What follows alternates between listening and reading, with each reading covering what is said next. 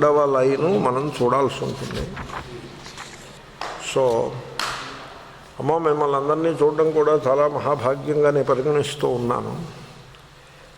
ఓం శ్రీ గురుభ్యో నమః. హరి ఓం. గణానాం త్వా గణపతిం హవామహే కవిం కవీనాముపమశ్రవస్తమం జ్యేష్ఠరాజం బ్రహ్మణాం బ్రహ్మణస్పత శృణ్వన్నోతిభిः సీదసాదనం. శ్రీమహాగణాధిపతయే నమః. సదాశివసమారంభాం శంకరాచార్యమధ్యమాం అస్మదాచార్యపర్యంతాం వందే గురుపరంపరాం. శ్రుతిస్మృతిపురాణానామాలయం కరుణాలయం నమామి భగవత్పాదశంకరం లోకశంకరం. మచ్చిత్తసర్వదుర్గాణి మత్ప్రసాదాత్ తరిష్యసి అథ చేత్వమహంకారాత్ న శ్రోష్యసి వినంక్ష్యసి. ఈ శ్లోకాన్ని గురించి అప్పట్లో ఏం చెప్పానో చెప్పాను. అయినా మళ్ళీ ఇంకోసారి కూడా ఏవో కొన్ని అభిప్రాయాలు చెప్పే ప్రయత్నం చేస్తాను. వాటిల్లో మీకు ఏదైనా కొంత నూతనత్వం కనపడుతుందేమో గమనించండి. దుర్గములు అనే మాట ఉన్నది. దుర్గము అంటే కోట. ఈ రాజులు మహారాజులు కోట కట్టుకుంటారు. ఆ కోట చుట్టూ గోడ కడతారు. ఎందుకని? ఎవడో లోపలికి రాకూడదు, రక్షణ కోసం. అంటే ఎవరో లోపలికి వచ్చి మనల్ని ఏదో చేస్తారనే భయం ఉండబట్టే కదా గోడ కట్టడం. ఆ గోడకి సింహద్వారం పెడతారు. ఆ సింహద్వారం దగ్గర రక్షక భటుల్ని పెడతారు. వాళ్ళ చేతుల్లో ఆయుధాలు ఉంటాయి. కోట చుట్టూ అగర్త ఉంటుంది, మోట్ అగర్త ఉంటుంది. అదెందుకు? శత్రువులు రాకుండా. సో ఈ విధంగా మనల్ని శత్రువులు వచ్చి చంపేస్తారేమో అనే భయంతో రాజుగారు బతుకుతూ ఉంటారు. మీరు గమనించారా? ఆ కోట యొక్క లక్షణం అది. ఆ కోటలో ఉండే సైకాలజీ దుర్గా సైకాలజీ అంటారు. దుర్గా సైకాలజీ కాదండి, దుర్గా హరస్వం. ఓకే, దుర్గా సైకాలజీ అంటే ఏమిటి? చాలామందిలో కనపడుతుంది అది. రాజులు మహారాజులు పోయినా, కోటలో పోయినా ఆ సైకాలజీ ఎక్కడికి పోతుంది? అది మనుషుల్లో ఉంటుంది. ఆ సైకాలజీ ఎలా ఉంటుందంటే వీళ్ళందరూ నా మీద అటాక్ చేయడానికి సిద్ధంగా ఉన్నారు. The sense of being attacked, sense of antagonism అన్నాడు భగవాన్ బుద్ధుడు ధమ్మపదంలో. దీన్ని ఎంటాగనిజం అనే పదంతో వ్యాఖ్యానం చేసినాడు. అలా ఫీల్ అవుతారు. ఒకప్పుడు ఫ్యామిలీలోనే అలా ఫీల్ అవుతారు. ఈ ఫ్యామిలీ మెంబర్స్ ఉన్నారే వీళ్ళు, ఈ బావమరుదులు, బావమరుదుల భార్యలు, లేకపోతే అత్తగారు, అల్లుడు, వీళ్ళందరూ కూడా నన్ను అటాక్ చేయడానికి, నాకు ద్రోహం చేయడానికి they are waiting to strike at me అనే భావనతో ఫ్యామిలీలో బతుకుతూ ఉంటాడు. అలా ఉంటారు. That psychology. తర్వాత కలెక్టివ్గా ఒక ఫియర్ సైకాసిస్ ఉంటుంది. కలెక్టివ్గా ఎలాగంటే ఇప్పుడు హిందువులకి వీళ్ళకి ఇప్పుడు నిలబడడానికి చోటు లేకుండా ఇతర మతస్థులు ఏదో చేసేస్తారు అని ఒక ఫియర్ ఉంటుంది. ఒకప్పుడు ఆ ఫియర్లో కొంత రీజన్ ఉంటే ఉండొచ్చు. ఫ్యామిలీ సిచ్యువేషన్లో కూడా ఆ ఫియర్, ఆ భయము ఒకంత జస్టిఫైడ్. అంటే దానికి కారణం ఉన్నది.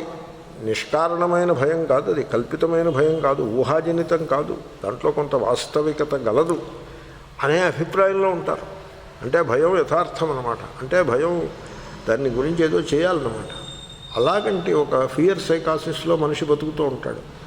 ఎప్పుడైనా ఆలోచించారా? దీన్ని ఫియర్ సైకాసిస్ అంటారు. ఇదే కొంచెం ముదిరితే డాక్టర్ గారి దగ్గరికి వెళ్ళాలి. ఫోబియా అని అంటారు. కొంతమందికి పారనాయిడ్ అని అంటారు. ఈ ఫియర్ సైకాసిసే ముదిరితే ఇంతే. పారనాయిడ్ అన్నదాన్ని హిందీ ట్రాన్స్లేషన్ నేను చూశాను ఒకసారి. పారనాయిడ్ హిందీ ట్రాన్స్లేషన్ చూస్తే పాగల్ అని ఉంది. I was amazed. ఎందుకంటే పారనాయిడ్ అన్నది చాలా కామన్. అది ప్రతివాడిలో ఉంటుంది. అది నాకేదో ఇప్పుడు ఈ ఆశ్రమాల్లో ఉన్నప్పుడు కూడా సన్యాసులకు కూడా ఈ ఆశ్రమంలో నేనేదో మంచి పొజిషన్లోకి వచ్చేద్దాం అనుకుంటుంటే వీళ్ళందరూ ఈ బ్రహ్మచారులు ఈ సన్యాసులు కలిపి నాకు ఎగ్నెస్ట్ అయిపోతున్నారు అనే ఫియర్ ఒకడికి ఉంటుంది. Somebody is afraid like that. అది కూడా ఫియరే కదా, ఫియర్ సైకాసిస్. పారనాయిడ్ అన్నది అది వేరే ఇంకొక వ్యాధిని మీరు అనుకోవద్దు. ఈ ఫియర్ సైకాసిస్సే కొంచెం ముదిరితే పేరనాయుడు. దీన్ని తెలుగులో సామెత ఒకటి ఉంది, తొండ ముదిరి మూసర వెళ్ళి అయినది అని. కాబట్టి ఈ ఫియర్ సైకాసిస్ ఉంటుంది, దట్ సెన్స్ ఆఫ్ ఇన్సెక్యూరిటీ ప్రతివాడిలో ఉంటుంది. అందుకోసమే ఆ దుర్గము అనే మాట వచ్చింది. దుర్గాదేవి అన్నది కూడా అక్కడి నుంచే వచ్చింది. The gods that we worship are shaped by our desires and fears. Durgadevi అనే మాట కూడా అక్కడి నుంచే వచ్చింది. కాబట్టి ఈ దుర్గా సైకాలజిస్ట్ని మనం అర్థం చేసుకోవాలి. అదే అర్థం చేసుకోవాలంటే ఈశ్వర కృప ఉండాలి. మత్ప్రసాదాత్ తరిష్యసి అంటే ఆ ఈశ్వర కృప ఏ రూపంగా ఉంటుంది? మన చుట్టూ కోట కట్టుకుని, దాని చుట్టూ అగడత పెట్టుకుని, దానికి రక్షక భటులను పెట్టుకుని, సెక్యూరిటీ గార్డులను పెట్టుకుని, డోబరీనరో ఏదో కుక్కలను పెట్టుకుని, దానికి దేవుడు సహకరించాలి. ఆ రూపంగా ఉంటుందనుకుంటున్నారా మీరు? దేవుడి కృప అంటే దాంట్లో దేవుడి కృపే ఉంది. ఇవన్నీ పెట్టుకుంటే దేవుడి కృపే ఉంది. ఇంకా వీటి కృపే ఉంటుంది. అవి ఏమీ లేకుండా మీరు నిమ్మకు నీరెత్తినట్లుగా, ఎప్పుడైనా విన్నారా సామెత? నిమ్మకు నీరెత్తినట్లుగా మీరు విశ్రాంతిగా ఉండగలగాలి. అంటే ద ఫియర్ అనేది అసలు ఉండనే ఉండదు. ద సెన్స్ ఆఫ్ ఇన్సెక్యూరిటీ అనేది ఉండనే ఉండదు. మృత్యుదేవత నడిచి వస్తుంటే ఆ వెల్కమ్ అని చెప్పే ఉత్సాహం ఉంటుంది. తర్వాత ఇన్సెక్యూరిటీ, అభద్రత అనేది ఉండనే ఉండదు. అటువంటి స్థితిని మనిషి ఈశ్వర కృప వల్ల పొందగలుగుతాడు. మచ్చిత్త సర్వదుర్గాని మత్ప్రసాదాత్ తరిష్యసి. మీరు ఆ స్థితికి చేరుకోవచ్చు.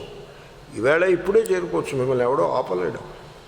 మీరు చేయాల్సిందల్లా మీ మనస్సు కల్పించేటువంటి ఊహా రూపంగా ఉండే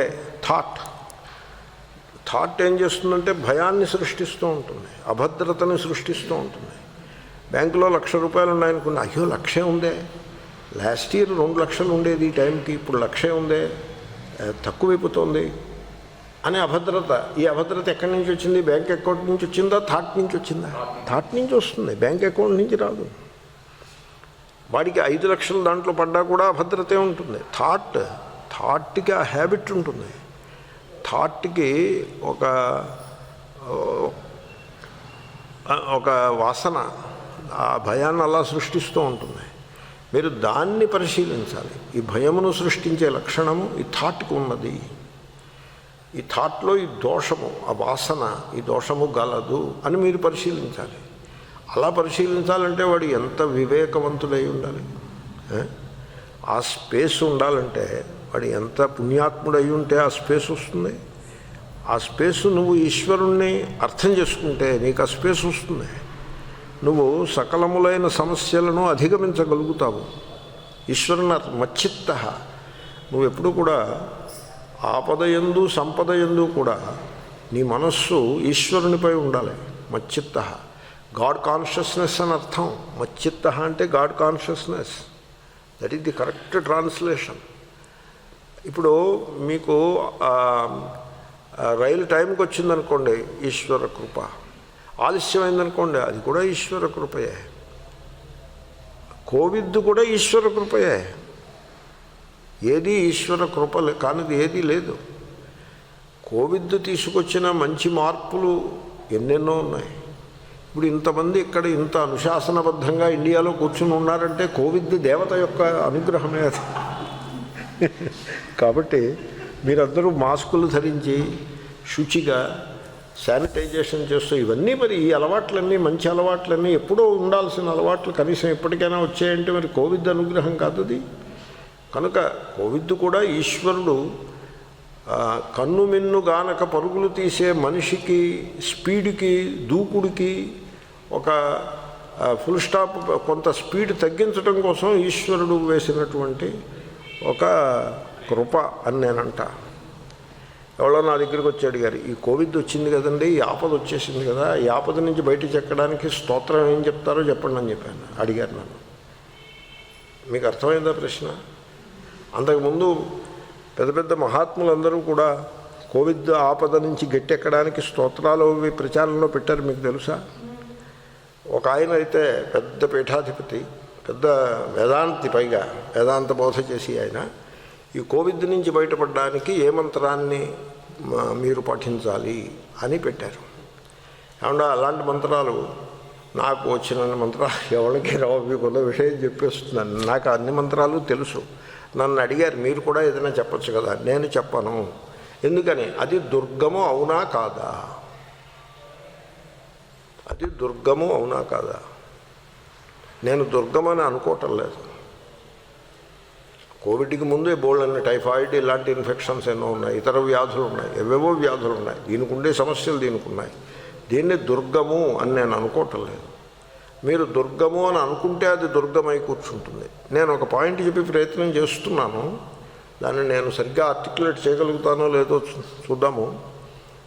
జీవితంలో సమస్యలు ఉంటాయా?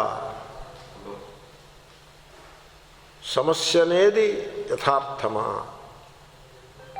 ఈ ప్రశ్న మీరు వేసుకుంటే ఆ ప్రశ్నని మీరు పరిశీలించగలిగితే అంతటి వివేకపూర్వకమైన పరిశీలన, ఆ చైతన్యం, ఆ చేతనలో ఆ దుర్గ భావన, అంటే ఇది ఒక ఆపద అనే భావన, ఆ భావనని మీరు పరిశీలించగలిగితే అది శిథిలమైన, అది పలచబడిందనుకోండి, ఆ భావన పలచబడిందనుకోండి, మీరు ఆ ఆపదని తరించేసినట్లు అయిపోలేదు. ఏమంటే ఆపదలను రెండు రకాలుగా మీరు అధిగమించవచ్చు. ఒకటి, ఆపద వచ్చినది, ఇది ఆపదయే, దీనికి పరిష్కారమేమి? ఈ విధంగా మీరు జీవితమంతా కూడా ఆపదలను ఎదుర్కొంటూ పరిష్కారాలను అన్వేషించుకుంటూ గడిపేశారు కదా. అదేనా ఉపాయం? ఇంకో ఉపాయం లేదా? ఇప్పుడు సమాజం మీరు చూసినట్లయితే, మీరు గమనించండి పెద్దలు, సమాజంలో మీరు చూసినట్లయితే సర్వత్రా కూడా నాకేదో ఆపద వస్తోందని, ఈ ఆపద నుంచి పరిహారం నాకు లభించే ఉపాయం కావాలని, ఆ ఉపాయం కొరకు గురువుల దగ్గరికి, ఆస్ట్రాలజర్స్ దగ్గరికి, న్యూమరాలజిస్ట్ దగ్గరికి, వీళ్ళ దగ్గరికి వాళ్ళ దగ్గరికి పరుగులు తీసేటువంటి సమాజం మీకు కనపట్టలేదు. సమాజం అంతా కూడా ప్రతివాడు కూడా ఏదో ఒక ఆపదని ఎదుర్కొంటూనే ఉన్నాడు. మీరు ఎప్పుడైనా చెప్పగలరా ఫలానా వారికి ఆపదలు ఏమీ లేవు అని చెప్పగలరా? ఫలానా సమయంలో ఆపదలు లేవు అని చెప్పగలరా? ఎప్పుడూ ఆపదలు ఉంటూనే ఉన్నాయి. ఒక ఆపదకి పరిష్కారం చేస్తే ఇంకొకటి, అది పరిష్కారం చేసే లోపల మరొకటి, దాన్ని పరిష్కారం చేసే లోపల మరొకటి, ఏవో ఆపదలు వస్తూనే ఉన్నాయి. ఆపదలకి పరిష్కారాలు వెతుక్కుంటూనే ఉన్నాం. ఆ పరిష్కారాల్లో ధనంతో, అంగబలము, ఇతరుల యొక్క సహాయంతో వచ్చే పరిష్కారాలు కొన్ని అయితే, దేవుళ్లను దేవతలను పూజించి పొందే పరిష్కారాలు కొన్ని, గ్రహములను నక్షత్రములను పూజించి పొందే పరిష్కారాలు కొన్ని. ఈ విధంగా జీవితం అంతా కూడా సమస్య పరిష్కారం, సమస్య పరిష్కారం, సమస్య పరిష్కారం ఇలాగే గడిచిపోయింది. మీరు గమనించారా? అసలు ఫండమెంటల్గా దెర్ ఈజ్ ఎ ఫ్లా దేర్. ఫండమెంటల్గా ఫ్లా ఉంది. ఆ ఫ్లా ఏమిటంటే సమస్యయేనా, అది సమస్యయా? ఎవరు మాట్లాడుకుంటున్నారు?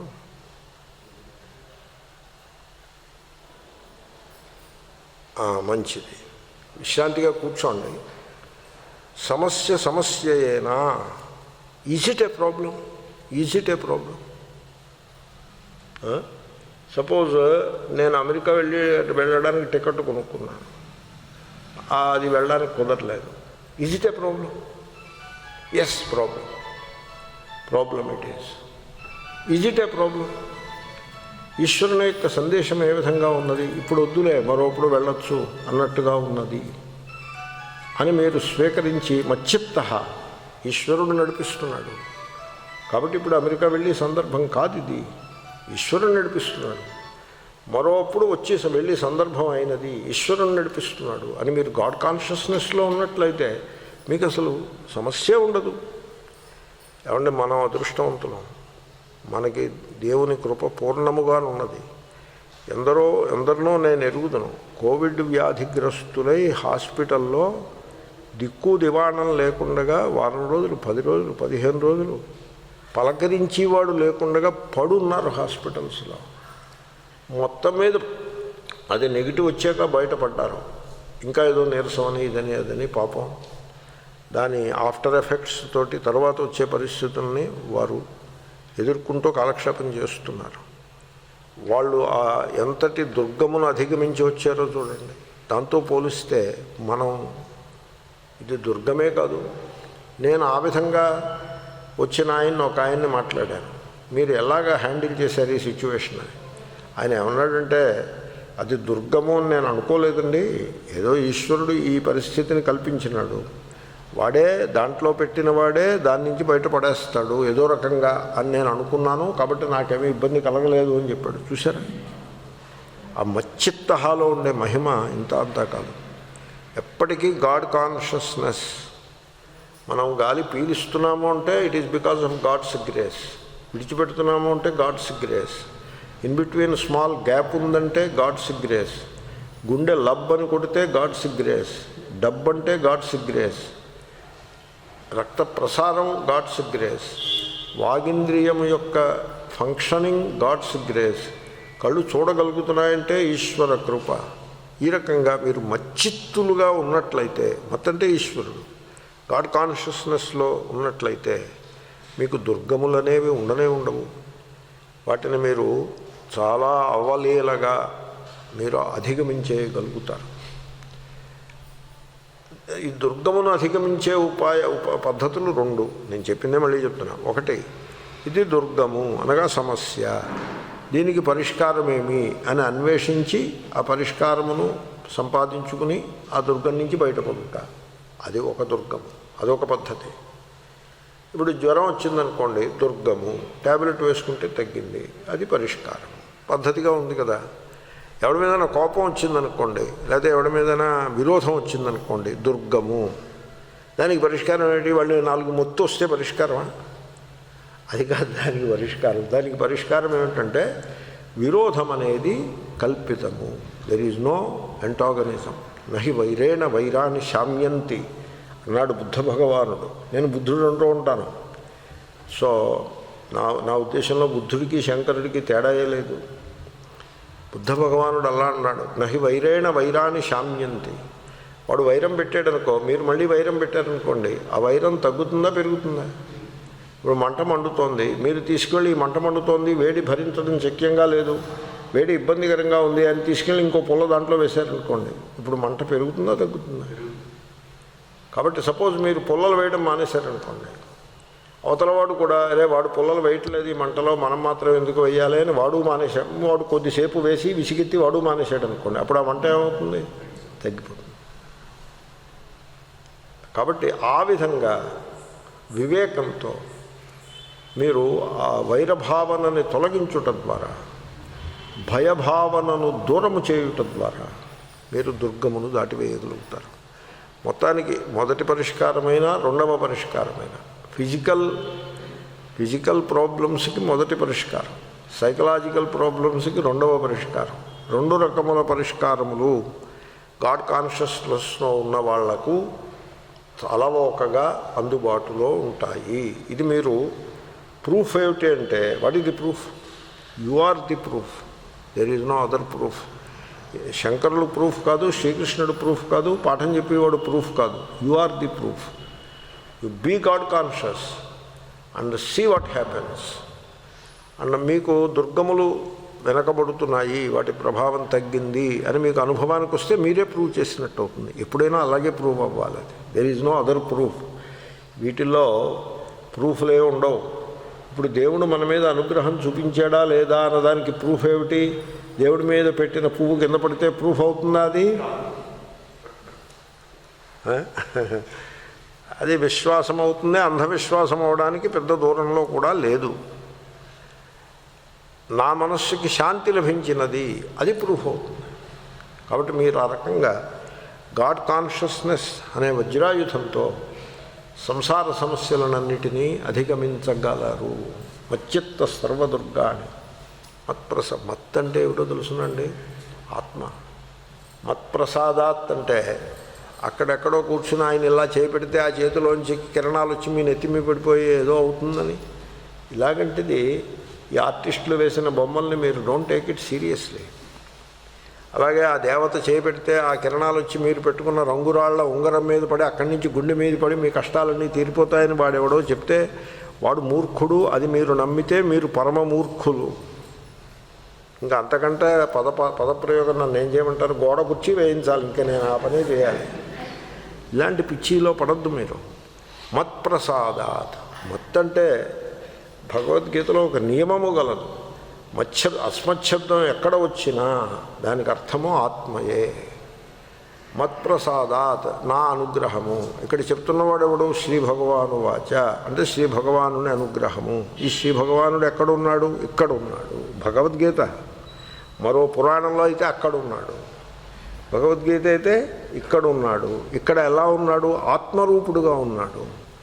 కాబట్టి మత్ప్రసాదాత్ అంటే ఆత్మప్రసాదాత్, ఆత్మప్రసాదాత్ అని అర్థం. కాబట్టి సకల ఆశీస్సులు మీ హృదయంలోని ఆత్మస్వరూపం నుండే వస్తాయి. అంటే అర్థం ఏంటో తెలుసునండి, మిమ్మల్ని మీరు ఆశీర్వదించుకోవాలి. అది మీకు చేతనైతే సరిపడుతుంది. ఇప్పుడు వారితో విరోధం వచ్చిందనుకోండి, ఈ విరోధం వల్ల నాకు దుఃఖం కలుగుతోంది, ఈ విరోధం ఎందుకు వచ్చింది, ఈ దుఃఖం ఇలా ఎందుకు కొనసాగుతోంది, ఇది ఎలా పోతుంది? మిమ్మల్ని మీరు ఆశీర్వదించుకోవడం చేత కాకపోవడం చేత వచ్చింది. మిమ్మల్ని మీరు ఆశీర్వదించేసుకుంటే ఆ దుఃఖం తొలగిపోతుంది. అంటే ఏమిటి? అహంకారం స్థాయి నుంచి అహంకారరహిత చైతన్య రూపంగా ఉండే పరమేశ్వరుణ్ణి మీరు ప్రార్థించుకోవాలి. ఆ మాట తర్వాతే వస్తుంది. అథ చేత్, నువ్వు అలా చేయకుండా ఉంటే. అంటే ఏమిటి? దీంట్లో చేతన కాన్షియస్నెస్లో రెండు సందర్భాలు ఉంటాయి. మొదటి సందర్భం ఏమిటి? గాడ్ కాన్షియస్నెస్ ఉంటుంది. దట్ ఇది మొదటి సందర్భం. మచ్చిత్త, అది మొదటి సందర్భం. ఆ సందర్భంలో ఆపదలు అసలు ఉండనే ఉండవు. ఉన్నట్లు అనిపించినా అవి దూరం అయిపోతూ ఉంటాయి. తొందరగా మీరు వాటిని అధిగమిస్తూ ఉంటారు. అది గాడ్ కాన్షియస్నెస్. గాడ్ కాన్షియస్నెస్ కాకుంటే అథ చేత్. అథ చేత్ అంటే ఇఫ్ నాట్. అథ అంటే నాట్ అని అర్థం. చేత్ అంటే ఇఫ్, పైన చెప్పిన దానికి విరుద్ధమైన పక్షం. అథ చేత్ ఇఫ్ నాట్. ఇఫ్ నాట్ అంటే ఏమిటి? ఇది ఎలాగంటే చూడప్ప, నువ్వు ప్రతిదినము శారీరక వ్యాయామము నీకు ఆవశ్యకము. నువ్వు ప్రతిదినం వ్యాయామం చేసుకుంటూ ఉండాలి. అందరూ కూడా, పురుషులు స్త్రీలు కూడా వ్యాయామం చేసుకుంటూ ఉండాలి. అది ఆవశ్యకము. అథ చేత్ ఇఫ్ నాట్, వ్యాధులు నిన్ను చుట్టుముట్టుతాయి. ఆ విధంగా దట్ ఈజ్ ది సెంటెన్స్. అదేవిధంగా నీకు గాడ్ కాన్షియస్నెస్ లేదనుకోండి, అప్పుడు ఏముంటుంది? అథ చేత్ కాన్షియస్నెస్ ఉంటుంది. ఈగో కాన్షియస్నెస్, అహంకార, అది ఉంటుంది. ఈగో కాన్షియస్నెస్ అంటే ఏమిటో తెలుసునండి. ఇంతకుముందు చెప్పాను, అయినా మళ్ళీ సరళంగా చెప్పేస్తాను. ఇక్కడి నుంచి పాఠం ఇంతకుముందు దాకా చెప్పింది రీక్యాప్. ఇప్పుడు ఇవాల్టి పాఠం ప్రారంభమైనది. ఈగో కాన్షియస్నెస్ అంటే నేను, నాది. రెండు కలిస్తే కానీ ఈగో కాన్షియస్నెస్ ఉండదు. మైండ్, నాది, నేను. That is the ego consciousness. నాది అంటే నాదితో మొదలుపెట్టండి. నాది పెరిఫరీ, సర్కిల్ పెరిఫరీ. సర్కిల్కి పెరిమీటర్ ఉంటుంది కదా, సర్కిల్ చుట్టూ ఉండేదాన్ని ఏమంటారు? పరిధి. ఆ వృత్తము యొక్క పరిధి నాది. నాదంటే ఏమిటి? నాదంటే నేను, నా దేహము నేను. నాది నేను, నా దేహము నేను. నా బ్యాంక్ అకౌంటు నేను, నా భార్య, నా భర్త నేను, నా కొడుకు నేను, నా కూతురు నేను, నా ఇల్లు నేను, నా పుణ్యము నేను. ఇది ఎప్పుడైనా గమనించారా? నా పుణ్యం. మీరు అష్టోత్తర పూజకి డబ్బులు కట్టారనుకోండి, ఎందుకు కట్టారు డబ్బులు? టికెట్ కూడా వస్తారు కదా. ఎందుకు? బస్సులో టికెట్కి వస్తారు, అష్టోత్తర పూజకి టికెట్కి వస్తారు. ఏమి విడ్డూరము ఈ ప్రపంచము. బస్సులో టికెట్కి వస్తారా? టికెట్ కోసావా అని అడుగుతాడు కండక్టర్. కోసాను. ఆయన చూపించా. సరే, ఎందుకు టికెట్ పోయడం? ఎందుకు బస్సులో అంటే సీటు మీద కూర్చొని ప్రయాణం చేయాలంటే టికెట్ పోయాలి. అలాగే అష్టోత్తర పూజకి టికెట్ కోసావా? నువ్వు కోయలేదనుకోండి, అయితే నీ పేరు చెప్పం. నేను, నా పూజ, నా పుణ్యము, నా దేవుడు. మళ్ళీ నా దేవుడు వేరు, మీ దేవుడు వేరు. మా దేవుడు మా కులదైవం. అంటే మీ కులంలో పెట్టేసుకున్నారు దేవుణ్ణి తీసుకెళ్ళి. మీ కులం మా కులదైవం అది కాదు, మా కులదైవం. వీళ్ళ మోహం ఇచ్చా దేవుణ్ణి ఇలా ముక్కలు చేసి. Look at this. మీకు నచ్చిందా ఇది? సో అంటే దేవుడు కూడా నేను నా దేవుడు, నేను నా పుణ్యము, నేను నా పూజ, నేను నా గోత్రము, నేను నా వంశము, నేను నా కష్టాలు, నేను నా సుఖాలు, నేను నాకు వచ్చిన ఆపదలకి పరిష్కారము, నేను నా గ్రహాలు, నేను నా రాశులు, నేను నా నక్షత్రము. Look at this. దీంట్లో ఏముంది? ఓ సర్కిలు నాది, దాని మధ్యలో నేను. ఏమంటే ఒక బ్రతుకంతా ఇలా గడిపేవాడిని ఈగో కాన్షియస్ లైఫ్ అంటారు. ఒక సర్కిలు మధ్యలో సెంటరు. వీడు జైల్లో ఉన్నట్టే కదా. సర్కిలు సెంటరు అంటే జైల్లో ఉన్నట్టే కదా. దాన్ని బంధము అంటారు. That is the ego consciousness. ఈ ఈగో కాన్షియస్నెస్లో ఉన్నవాడు ఏమవుతాడో తెలుసిన? వాడు ఎన్ని పుణ్యాలు చేసినా కూడా, అంటే వాడు ఎంత ధనమును సంపాదించినా, ఎన్ని భోగాలను అనుభవించినా, అర్థకామ, ఎంత పుణ్యాన్ని మూటగట్టినా నశించి తీరును. అథచేత్వమహంకారాన్న శ్రోష్యసి వినంక్ష్యసి. ఈ వినంక్ష్యసి ప్రయోగం ఎప్పుడైనా మీరు గమనించారా? నేను ఒకసారి ఏదో వేదాంత సభ అయినప్పుడు వినంక్ష్యతి అని ప్రయోగం చేశాను. చేస్తే అక్కడున్న పండితులు చాలా మెచ్చుకున్నాడు. ఎందుకంటే ధాతువు నష్, నా పోయి నా వస్తుంది, నష్. సరే, లృట్టులో ఆ ష్యా వస్తుంది. ఇడాగమం వస్తుందా రాదా? ఓకే, ఇడాగమం వస్తే నశిష్యసి అవుతుంది. ఇడాగమం రాకపోతే నంక్ష్యసి అవుతుంది. ఇడాగమం రాదు, వినంక్ష్యసి. అందమైన ప్రయోగం. నీవు నశించిపోతావు, నాశమైపోతావు. ఇంకా అంతకంటే పెద్ద మాట ఏమనమంటారు? నువ్వు గాడ్ కాన్షియస్నెస్లో బ్రతకకుండగా, గాడ్ కాన్షియస్నెస్లో బ్రతకడం అంటే ఏమిటో తెలుసునా? నాది అనేది ఏదీ ఉండదు. నా చెట్ట, అరే నా చెట్టు ఏమిటి? చెట్టు సబ్ తూ. శ్రీరామకృష్ణ వారు అన్నట్టుగా అంతా నీవే, నాది ఏదీ లేదు. నాది అంతా నీదే.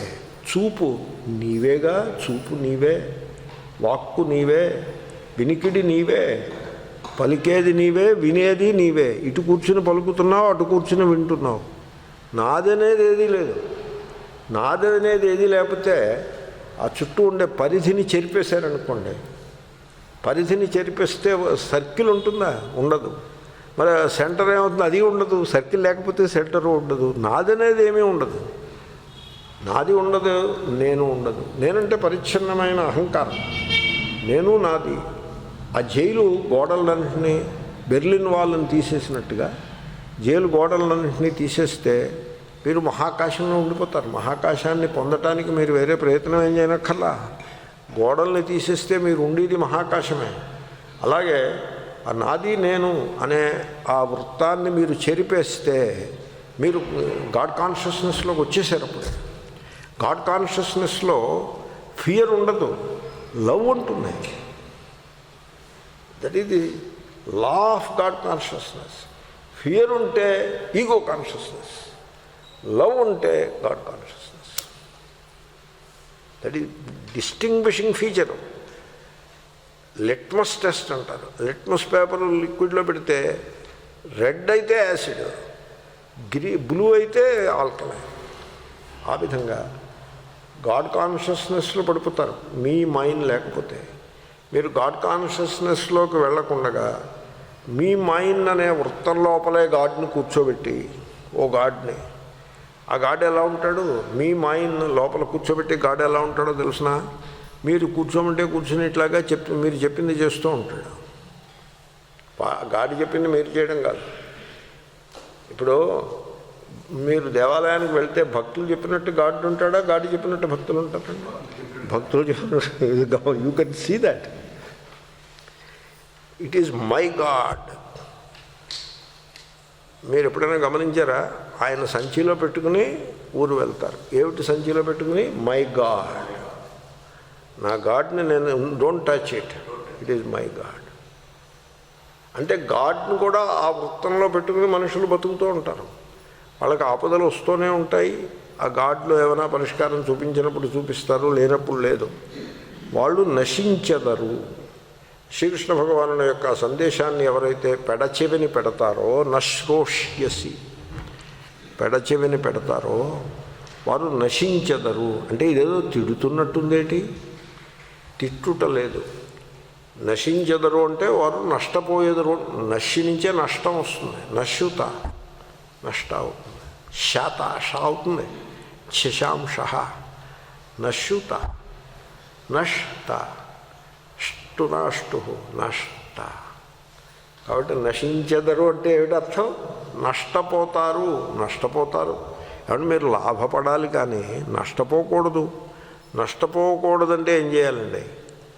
నేను, నాది. నష్టపోకూడదంటే ఏం చేయాలి? నేను, నాది అనేది లేకుండగా అయిపోవాలి. ఇది బాగుంది కదా. సో ఈగో కాన్షియస్నెస్ నుంచి, మీకు అర్థమైంది విషయం, ఈగో కాన్షియస్నెస్ నుంచి గాడ్ కాన్షియస్నెస్లోకి వెళ్ళిపోవాలి. ఈ శ్లోకం చాలా విలువైన శ్లోకం అండి. God consciousness versus ego consciousness, పై లైను కింద లైను రెండింటినీ ఒకే సందర్భంలో ప్రవేశపెట్టిన శ్లోకం ఇది. ఈ గీతా శ్లోకాలు అలా ఉంటాయి. Suddenly you come across a gem. So కాబట్టి మనం డిసైడ్ చేసుకోవాలి, should I live in God consciousness, if not ego consciousness. చాయిస్లే ఉండవు దీంట్లో, అదేనా ఇదేనా. గోడకు అవతల ఉండకపోతే ఎక్కడుంటారు? యువతలు ఉంటారు. అంతే, గోడకు అవతల ఉండకపోతే ఇంకెక్కడో ఉండరు, యువతలు ఉంటారు. కాబట్టి గాడ్ కాన్షియస్నెస్కి ఆపోజిట్ ఈగో కాన్షియస్నెస్లో కనుక మీరు బతికినట్లయితే, ఆ భగవానుని ఉపదేశమును పెడచెవిన పెట్టినట్లయితే మీరు నష్టపోతారు. వినంక్ష్యసి, విశేషణ బాగా నష్టపోతారు. అలా నష్టపోవడము సరికాదు అని ఆ శ్లోకం చెప్తోంది భాష్యము. అథ చేత్ యది త్వం, అది యది అన్నది చేత్తుకి, అథాకి ఆయన ఏం చెప్పరు, చేత్తుకి యది.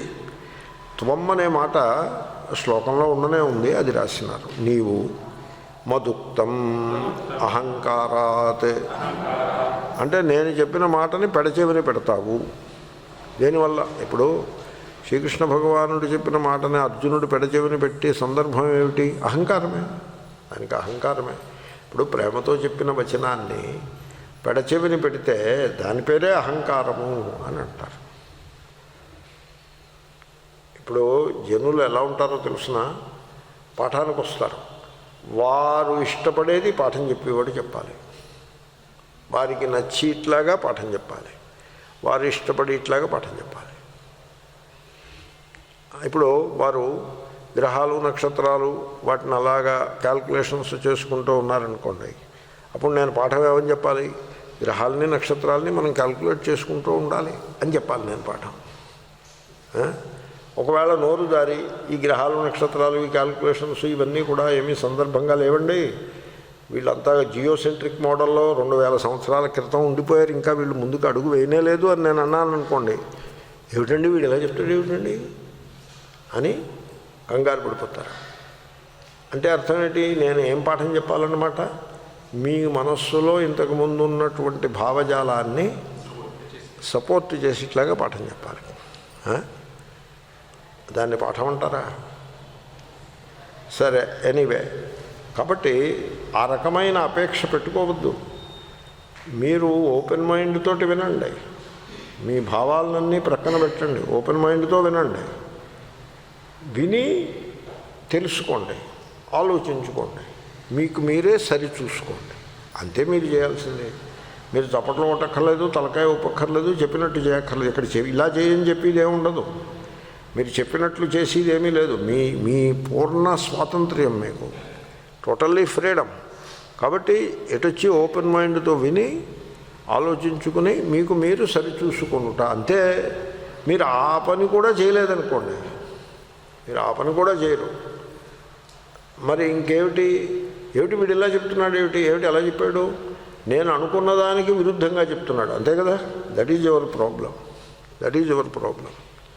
మేము అనుకున్న దానికి వీడు విరుద్ధంగా చెప్తున్నాడు, దట్ ఈజ్ యువర్ ప్రాబ్లం. ఆ ప్రాబ్లంకి ఒక పేరు ఉంది. ఆ పేరు ఏమిటో తెలుసిన? అహంకారము. That is the name. చాలా తప్పది. అలాంటి అహంకారం పెట్టుకోకూడదు. మీరు అనుకున్నట్టు పాఠం ఉంటుందండి? ఉండదు. డాక్టర్ దగ్గరికి వెళ్తే మీరు అనుకున్నట్టు మందు ఇస్తాడా? కొంతమంది అలా ఇచ్చారనుకోండి, వాళ్ళు సరైన డాక్టర్లు కాదు కదా. డాక్టర్లు మీరు అనుకున్నట్టు మందు ఇవ్వరు. వాళ్ళు ఏది కరెక్టో అదే ఇస్తారు, మీరు అనుకున్నట్టు ఇవ్వరు. డాక్టర్ గారు నాకు ఇది ఈ వ్రణము తెలుగులో కురుపు అంటారు, ఇది కోసేయండి, నొప్పి లేకుండా కోయండి అని చెప్పారనుకోండి. అప్పుడు ఆ నొప్పి లేకుండా కోస్తాను అని కోస్తాడు. ఇంకొక డాక్టర్ అంటారు కొద్దిగా నొప్పిగా ఉంటుంది, ఓపిక పట్టండి అని ఇంకొకటి అంటారు. మొత్తం నొప్పి లేకుండా కోయడం కుదరదు, నొప్పి ఉంటుంది, ఎంతో కొంత ఉంటుందండి. ఎనస్థీషియా ఇచ్చినా ఎంతో కొంత ఉంటుంది. అలాగే పాఠం అంటూ, గీతా పాఠం అంటూ వింటే మీ మనస్సుకి నచ్చినట్టుగా ఉండదు పాఠం. మీ మనస్సుకి నచ్చాలని మీరు అపేక్షించరాదు, ఓపెన్ మైండ్తో వినాలి. అలా వినవయ్యా అర్జున. అలా వినకపోతే నీకు అలా వినడానికి కలిగే ఆటంకం పేరే అహంకారం. అక్కడుండే అహంకారం ఏమిటో తెలుసిన? నా భావములు, నా విశ్వాసములు, వాటికి తగ్గట్టుగా పాఠం ఉండాలి. అది అహంకారం. అక్కడ నేను ఏ విధంగా భావన చేస్తున్నానో ఆ విధంగా పాఠం ఉండాలి. అది అహంకారం.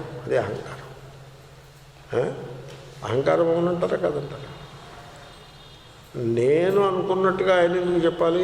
నేను అనుకున్నవన్నీ పక్కన పెడతాను, ఆయన చెప్పింది ఏమిటో విని నేను ఆలోచించుకుంటాను అంటే అహంకారం లేకుండా మీరు విన్నారన్నమాట. అర్జునుడు అలా వినాలని చెప్తున్నాడు ఆయన. నువ్వు అహంకారం పెట్టుకోకు, నీకున్న భావాలన్నింటినీ పక్కన పెట్టు, ఓపెన్ మైండ్తో నేను చెప్పింది విని ఆలోచించి చూసుకో.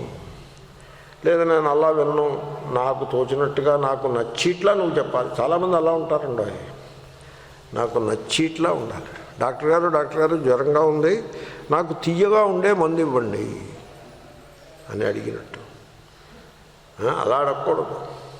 ఓకే, నాకు జ్వరంగా ఉంది, మందు ఇవ్వండి, మందు తీయగా ఉన్నా పర్వాలేదు, చేదుగా ఉన్నా పర్వాలేదు, నేను స్వీకరించడానికి సిద్ధంగా ఉన్నాను అన్నట్టు వెళ్ళాలి డాక్టర్ దగ్గరికి. కాబట్టి శ్రీకృష్ణుడు చెప్పిన దాన్ని మీరు వినడానికి సంసిద్ధంగా లేకుంటే అది అహంకారము అవుతుంది. అంటే అహంకారము నేను వ్యాఖ్యానం చేసి ప్రయత్నం చేస్తున్నా, కొంచెం చేతస్థంగా చెప్తున్నానేమో. అహంకారం ఎలా ఉంది నేను అనుభవానికి వచ్చి చెప్తున్నా మీకు. అహంకారం ఎలా ఉంటుందంటే, నువ్వు అలా చెప్తున్నావేమిటి అని ఒక ఆయన అహంకరిస్తాడు. అదేమిటి నేను అలా చెప్పే, నేను మరి అలా చెప్పాలి, మరి నువ్వు నేను ఇలా అనుకుంటున్నాను, నువ్వు అలా చెప్పాలి. ఇది ఒక ఆంక్ష. పాఠంలో మళ్ళీ ఆంక్ష. పాఠం చెప్పడంలో కూడా ఆంక్ష పెడితే తప్పు కదా అది. అలా చేయకూడదు. అంటే అహంకారాలు అలా అడ్డొస్తాయి. పాఠం దగ్గర కూడా అహంకారం అడ్డొస్తుంది, రానివ్వద్దు. నువ్వు జాగ్రత్తగా వినలేదనుకో నువ్వు నష్టపోతావు. మంచి మాట వినకపోతే నష్టపోతారు. కాబట్టి అథచేత్వమహంకారాన్న శ్రోష్యసి వినంక్ష్యసి మదుక్తం అహంకారాత్. అక్కడ శంకరులు అహంకారాన్ని డిఫైన్ చేస్తున్నారు. ఏమిటి అహంకారం? పండితోహమితి, అదే అహంకారం. నేను తెలుసున్నవాడినండి, నాకు మీరు చెప్తారేమిటి? అదే అహంకారం. నేను ఒక ఆయనకి చెప్పాను, చూడండి మీరు కోపం పెట్టుకోవద్దు, కోప్పడద్దు, కామహేష క్రోధహేష అని శ్రీకృష్ణుడు చెప్పినాడు, మీరు ఎందుకు కోప్పడుతున్నారు, కోపం వద్దండి అని నేను చెప్పాను. అంటే ఆయన ఏమన్నారో తెలుసిన నాతోటి, చూడు నువ్వు ఇంకా కుర్ర కుంకగా ఉండగానే నేను భగవద్గీత అంతా కంఠస్థం పెట్టాను, నువ్వేమనుకుంటున్నావు అని అన్నారు. Which is true. నేను ఇంకా కుర్రాడిగా ఉండగానే ఆయన భగవద్గీతను కంఠస్థం చేసేసారు. కానీ లాభం ఏమున్నది? నేను ఆ మాటే అన్నాను. మీరు నాకంటే ముందే భగవద్గీతకు వచ్చారు, కానీ నాకేమీ ప్రయోజనం కనపడుటలేదు నేను చెప్పాను. కాబట్టి ఎంత కాలం నుంచి భగవద్గీత మీరు కంఠస్థం చేశారన్నది ముఖ్యం కాదు. నేను మళ్ళీ మీకు ఈ మాట చెప్తున్నాను, మళ్ళీ ఇమీడియట్లీ.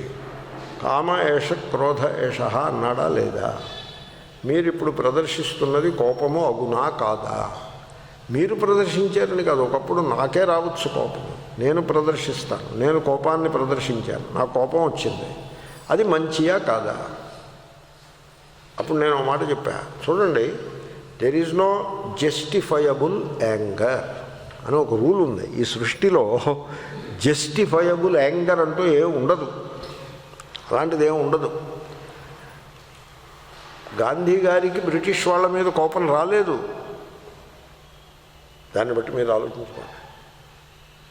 గాంధీ గారు బ్రిటిష్ వాళ్ళని ఎప్పుడూ తిట్టుకోలేదు, ఆయన కోపం ఎప్పుడూ లేదు, వెళ్ళిపోమన్నాడే తప్ప కోపాన్ని ఆయన పడలేదు. కాబట్టి క్రోధము జస్టిఫయబుల్ కాదు అని మీరు ఎప్పుడైతే తెలుసుకుంటారో అప్పుడే మీ అహంకారము సడలిపోతుంది, క్రోధం నుంచి మీరు బయటపడిపోతారు. కాబట్టి నేను పండితుడను, నాకు చెప్పేవాడవా నువ్వు అని ఎప్పుడూ అనకూడదు. బాలాదపి సుభాషితం, చిన్నపిల్లలు చెప్పినా కూడా మనం వినాల్సిందే. ఇప్పుడు మాస్క్ పెట్టుకోలేదు, మాస్క్ పెట్టుకోండి అని చెప్పాడు ఒకతను, చెప్తే వీడు వాడిని తిట్టాడు. అలా ఉండకూడదు. ఇప్పుడు నాకు ఎంతోమంది చెప్పారు, స్వామీజీ మీరు మాస్క్ అయ్యో సారీ అండి అని వెంటనే మాస్క్ పెట్టుకోవాలి, సారీ చెప్పి మాస్క్ పెట్టుకోవాలి. అంతేగాని మాస్క్ పెట్టుకోమని అంటావా నువ్వు నన్ను అని మీరు చదివారా వార్త? దీని పేరు అహంకారం. అలాంటి అహంకారం ఉండకూడదు. నేను మొన్న ఇలా మాస్క్ కిందకి తీసి మాట్లాడబోతున్నాను ఒక ఆయనతో. ఆయన అన్నారు, please put the mask on అన్నారు. హి కట్ మై సెంటెన్స్ మధ్యలో, he cut it, please pull the mask up అని అన్నారు. ఓ సారీ అని వెంటనే నేను మాస్క్ పెట్టుకుని ఆయనతో మాట్లాడాను. అలా ఉండాలి కదా, నన్ను మాస్క్ పెట్టుకోమంటావు నువ్వు, మాట్లాడేప్పుడు ఎలా పెట్టుకుంటాను నేను అని నేను మొదలు పెట్టచ్చు. While talking how can I do, did you notice, నేను ఇంతకు ముందు దాకా పెట్టుకున్నాను, నీతో మాట్లాడడం కోసమే తీశాను, ఇప్పుడు నువ్వు నన్ను అలా అంటావేమిటి అని మొదలు పెట్టచ్చు. నాకు లాజిక్ కూడా ఉంది, నో లాజిక్ ఉంది, ఉన్నా కూడా, అంతకంటే పెద్ద లాజిక్ ఉన్నా కూడా కోపం అనేది తగదు. అహంకారము కనుక నేను పండితుడను, నాకు పండితుడంటే నాకు అన్నీ తెలుసును. నేను మీకు మాట అంటా, మీరు ఆలోచించండి, మీ కాన్షియస్నెస్లో మీరు చూసుకోండి. చిన్న డైగ్రెషన్. మొన్న నన్ను ఒక సందేశం ఇవ్వమని అడిగారు అమెరికాలో ఒక పెద్ద సమావేశంలో. నేను చెప్పాను, నేను నా అంతటి నేను సందేశం ఇచ్చేంత గొప్పవాడిని నేను కాదు, ఇంకో గొప్ప ఆయన ఒక సందేశం ఇచ్చారు, అదే మీకు నేను మళ్ళీ అనువదిస్తాను అంటే రీస్టేట్ అంటే. సరే, అదేమిటంటే సింగిల్ యూజ్ ప్లాస్టిక్ మీరు వాడడం మానేయండి, ఇలా మానేయమని మా ప్రైమ్ మినిస్టర్ గారు, ప్రియతమ ప్రైమ్ మినిస్టర్ గారు చెప్పారు, మీరు మానేయండి అని నేను చెప్పాను. వాళ్ళు మానేశారు, దే స్టాప్ డేట్. ఇప్పుడు మరి మీరు సింగిల్ యూజ్ ప్లాస్టిక్ ఎందుకు పట్టుకొచ్చారంటారేమో, అది నేను ఎందుకు పట్టుకొచ్చానో చెప్తున్నా. నాకు ఫ్లైట్లో ఇచ్చారు ఇది, అది పారేయకుండా తెచ్చుకొచ్చాను. ఓకే, ఇప్పుడు ఇది తాగేసి దీన్ని నేను రీసైకిల్లో పెట్టబోతున్నాను. కాబట్టి మీరు సింగిల్ యూజ్ ప్లాస్టిక్ విషయంలో జాగ్రత్తగా ఉండండి. Don't use single use plastic ఎప్పుడు వద్దు. ఇంకోసారి యూజ్ చేసి మరోసారి యూజ్ చేసి అప్పుడు దాన్ని మల్టిపుల్ టైమ్స్ యూజ్ చేసి అప్పుడు ఫైనల్గా దాన్ని డిస్కార్డ్ చేయాల్సి వచ్చినప్పుడు ఒక సంచి పెట్టుకోండి. పెట్టుకుని దాంట్లో ఈ ప్లాస్టిక్లన్నీ పెట్టి ఆ ప్లాస్టిక్ అతను వస్తాడు వీధిలోకి. మీరు దృష్టి పెట్టుకోవాలి. పెద్ద భుజాన్ని గోను సంచి వేసుకుని వస్తాడు. బట్టలు అన్నీ బాగా మురికిగా ఉంటాయి, చిరికి కూడా ఉంటాయి. ఒకతను వస్తాడు, మిడిల్ ఏజ్డ్గా వస్తాడు. మీరు చూసారా ఎప్పుడైనా? నాకు బాగా పరిచయమే. వచ్చినప్పుడు మీరు పసిగట్టాలి, ఇలా రా అని పిలవాలి. ఆగి ఇక్కడ ప్లాస్టిక్ ఉంది నా దగ్గర తీసుకుంటావా అని అడిగితే తీసుకుంటానంటాడు. నువ్వు ఏమీ పైసలు ఇవ్వక్కర్లేదని చెప్పాలి, లేకపోతే పైసలు అడుగుతారేమో అని పాపం అతను కంగారు పడతాడు. పైసలు అడగకూడదు, ఆ ప్లాస్టిక్ ఇచ్చి దక్షిణ ఇవ్వాలి. ఎందుకని? ఈ ప్లాస్టిక్ని రీసైకిల్ చేస్తున్నాడు కదా, ఆ పుణ్యకార్యంలో అతను సహకరిస్తున్నాడు కాబట్టి కొద్దిగా దక్షిణ, 50 రూపాయలు దక్షిణ ఇవ్వచ్చు, పోనీ 100 కూడా ఇవ్వచ్చు, ఏముంది. డబ్బు మంది కాదుగా. కాబట్టి దక్షిణ ఇచ్చి ఇప్పుడు దక్షిణలో పుచ్చుకోవడమే కాదు, ఇవ్వడం అలవాటు చేసుకోవాలి. అలా చేయాలి, అలా చేయాలి. అంతేగాని అదిగో బట్టలు వద్దంటావు, నువ్వెవడో మాకు వద్దనడానికి అలా అనకూడదు. ఓకే, కాబట్టి సరే, డైగ్రెషన్ అది. కమింగ్ టు ది పాయింట్, పండితోహం అంటే ఏమిటి చూడండి. నేను నాకు తెలుసును, ఐ నో, పండితోహం, ఐ నో. ఈ కాన్షియస్నెస్లో ఇప్పుడు నా పాఠం అంతా కాన్షియస్నెస్లోనే ఉంటుంది. గీత అంటే అంతే. కాన్షియస్నెస్లో రెండు వాసనలు, ఒక వాసన ఒక సంస్కారం ఉన్నాయి. ఏమిటా వాసన ఏమిటంటే నాకు తెలుసు అనే వాసన, అది ఉంటుంది. తప్పు కూడా కాదు. ఇప్పుడు నేను వ్యాకరణం చదువుకున్నాను, నన్ను మీరు అడిగారు అనుకోండి, వ్యాకరణం తెలుసునా అంటే ఎస్ ఐ నో అని నేను అంటాను. అవునండి? మీరు ఆలోచించండి, నేను చదివిన వ్యాకరణము తక్కువయా, నేను చదవకుండా వదిలిపెట్టేసిన వ్యాకరణము తక్కువయా? ఏది తక్కువ? చదవకుండా వదిలిపెట్టేసింది చాలా ఎక్కువ, చదివింది కొంచెం. నాకు వచ్చిన ఇంగ్లీషు తక్కువ, నాకు రాని ఇంగ్లీషు తక్కువ. ఎప్పుడు నాకు వచ్చిన ఇంగ్లీషు ఆఫీసరు, రాని ఇంగ్లీషు బోల్డ్. వచ్చిన మ్యాథమెటిక్స్ కొంచెం, రాని మ్యాథమెటిక్స్. మనకి తెలుసున్న జ్ఞానము అల్పము, తెలియని జ్ఞానము అధికాధికము. కాబట్టి ఇప్పుడు మనం ఐ నో అనాలా, ఐ డోంట్ నో అనాలా? ఐ డోంట్ నో అనాలి. కానీ మనం ఏమంటూ ఉంటాం? ఐ నో అంటూ ఉంటాం. ఐ నో అనే భావనను మీరు చేతన నుంచి తీసివేయగలరా? తీసివేసి చూడండి. ఐ నో అనేది ఉండదు, ఐ నో అని ఉండదు. రియల్లీ మీరు ట్రై చేసి చూడండి.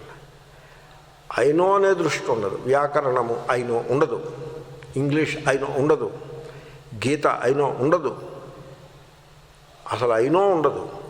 జ్ఞానం ఉంటుంది, జ్ఞానం ఉంటుంది. జ్ఞానమును బట్టి అహంకారం, అంతే కదా. ఐ నో ఉండదంటే అంతే కదండి అర్థం. జ్ఞానం ఉండాలండోయ్, జ్ఞానము ఇబ్బడిగా ఉండాలి. రోజు చదువుకుంటూ జ్ఞానాన్ని అలాగ పెంచుకుంటూ పోవాలి. కానీ ఐ నో అనే మాట ఉండరాదు.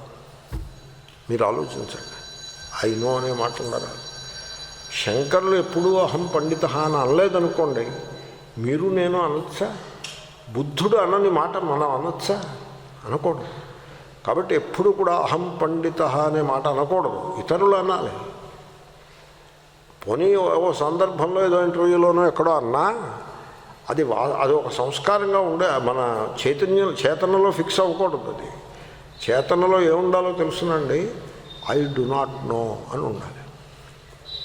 మీకు రహస్యం చెప్తా, మీరు ఇంటికి వెళ్ళి అభ్యాసం చేయండి. It is the message for the day.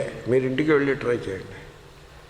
మీరు ఐ నో అన్నప్పుడు మనస్సు కదులుతూ ఉంటుంది.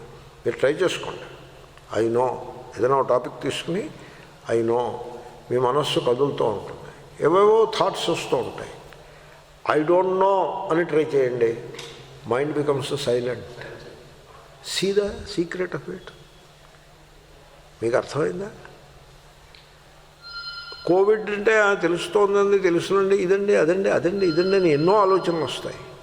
Covid I don't no. మీరు ఐ డోంట్ నో అని ట్రై చేసి చూడండి. What happens to your mind? Silent అయిపోతుంది. మైండ్ ఎలా అయింది సైలెంట్? దానంతటా అయిందా? అదైందా? మీరు అవగొట్టారా? దానంతటా అదే సైలెన్స్ అయింది. యోగా వాళ్ళు చేసి ప్రయత్నం అంతా ఏమిటనుకుంటున్నారు? మైండ్ సైలెంట్ చేయడం కోసం ఎవరు వెళ్తుంది. వాళ్ళు పిలువకలు వేసేస్తూ ఉంటారు, శీర్షాసనాలు, మరొకటి కుంభకములు, యోగ నిద్రలు, వాట్ నాట్. అవన్నీ మంచివి, అవన్నీ చేస్తూ ఉంటారు. దేనికోసం చేస్తున్నారు అనుకుంటున్నారు? మైండ్ సైలెంట్ అవ్వడం కోసం. ఇప్పుడు మనకేమైంది? What a thing it is. మన ప్రయత్నం లేకుండా ఎఫర్ట్లెస్గా మైండ్ సైలెంట్ అయిపోతుంది. ఎప్పుడో తెలుసిన? I don't know. I don't know అన్నవాడు జ్ఞాని, ఐ నో అన్నవాడు పండితుడు. సో యూ చూస్.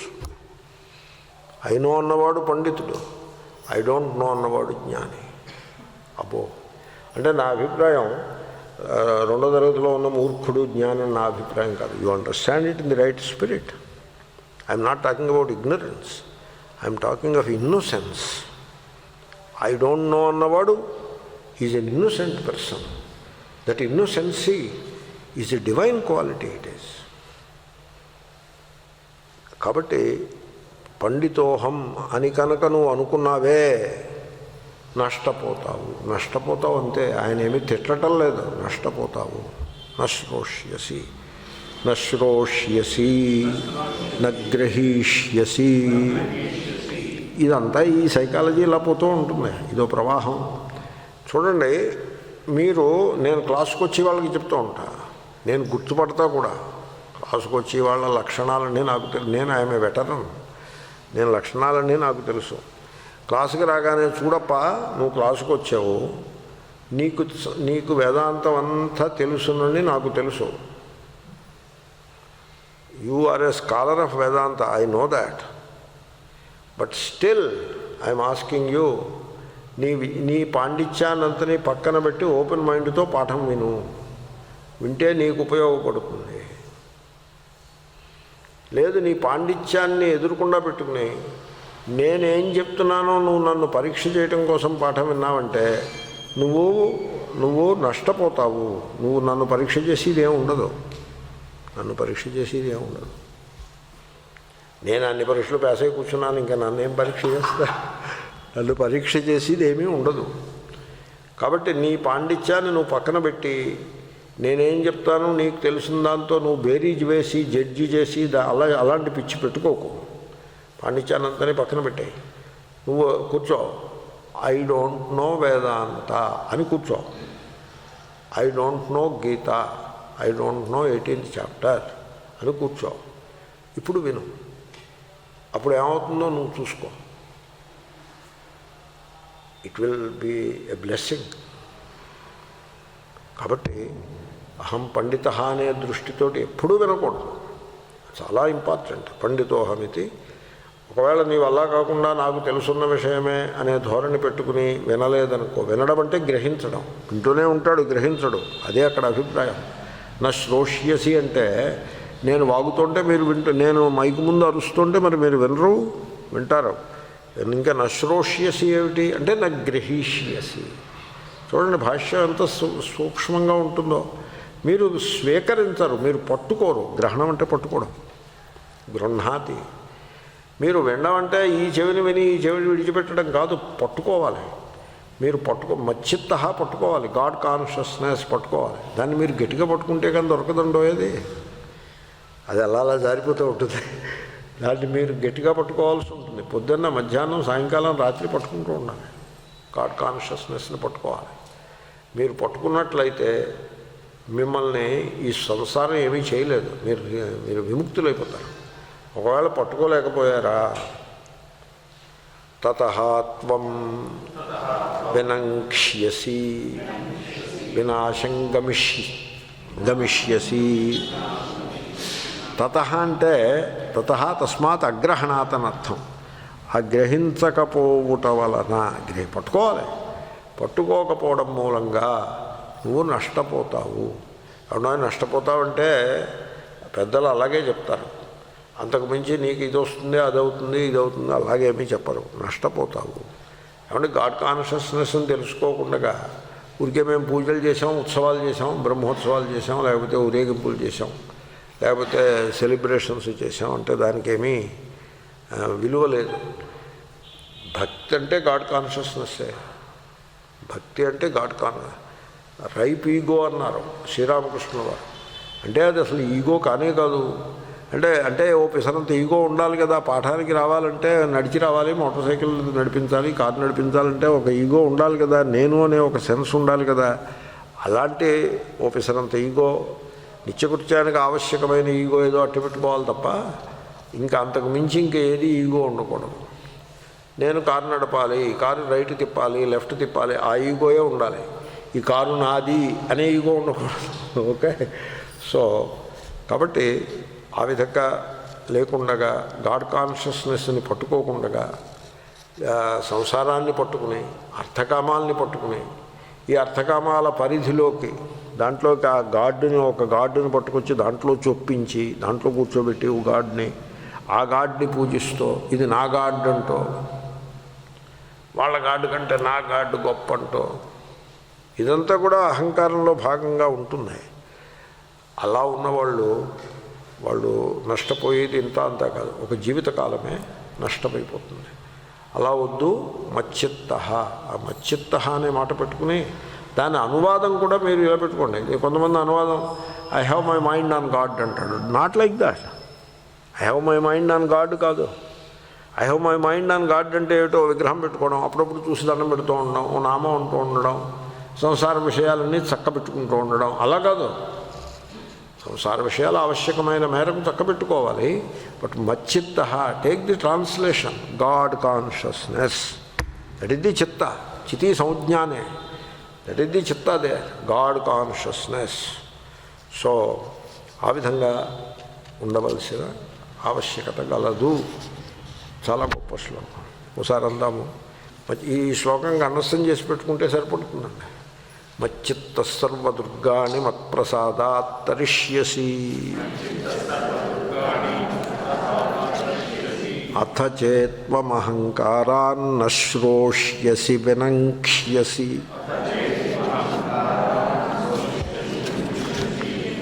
యదహంకారమాశ్రిత్య నయోత్స్య ఇతి మన్యసే మిథ్యైషం వ్యవసాయస్తే ప్రకృతిస్త్వాన్నియోక్ష్యతి. దీన్ని కాంటెక్స్ట్ శ్లోకము అంటారు. అంటే ఇది భగవద్గీతలో 700 శ్లోకాలు ఉన్నాయనుకోండి. మొదటి అధ్యాయంలో శ్లోకాలన్నీ కాంటెక్స్ట్ వెర్సెస్, అంటే ఆ కథకి సంబంధించిన శ్లోకాలు. దాంట్లో తత్వం కంటే కాంటెక్స్ట్ ఎక్కువ ఉంటుంది. తత్వం అవసరం ఉంటే ఉండొచ్చు, మెయిన్గా కాంటెక్స్ట్. అశోచ్యానన్వశోచస్వంలో కాంటెక్స్ట్ ఉండదు, తత్వం ప్రారంభమవుతుంది. ఆ విధంగా 700లో కాంటెక్స్ట్ వెర్సెస్ ఫిలాసఫీ వెర్సెస్ అని 2 రకాలుగా మనం వర్గీకరణ చేసుకోవచ్చు. దాంట్లో కాంటెక్స్ట్ వెర్సెస్ మహా అయితే ఫస్ట్ అధ్యాయం అంతా అదే, సెకండ్ అధ్యాయంలో మొదటి 10, అంటే అక్కడక్కడ ఫిలాసఫీ ఉన్నా మోస్ట్లీ కాంటెక్స్ట్. సో అక్కడికి ఎన్ని అయ్యాయి? 40 50 అయ్యాయి. తర్వాత 2వ అధ్యాయంలో సాంఖ్యయోగం, సాంఖ్య చెప్పిన తర్వాత 31వ శ్లోకం నుంచి 4 వెర్సెస్ కాంటెక్స్ట్ వెర్సెస్ ఉన్నాయి. అవో 4. ఇదొకటి, ఇది అలాంటిదే. కాంటెక్స్ట్ చూడయా, నువ్వు యుద్ధరంగానికి వచ్చావు. దేనికి వచ్చావు? యుద్ధం చేయడానికి వచ్చావు. మీరు యుద్ధం అంటే కత్తులు, బల్లాలు, ఈటెలు అలా మొదలు పెట్టద్దు. ఇది సింబాలిక్, ఇది సింబాలిక్ యుద్ధం. సంసారమే యుద్ధము, మనం మానవ జీవితమే యుద్ధము.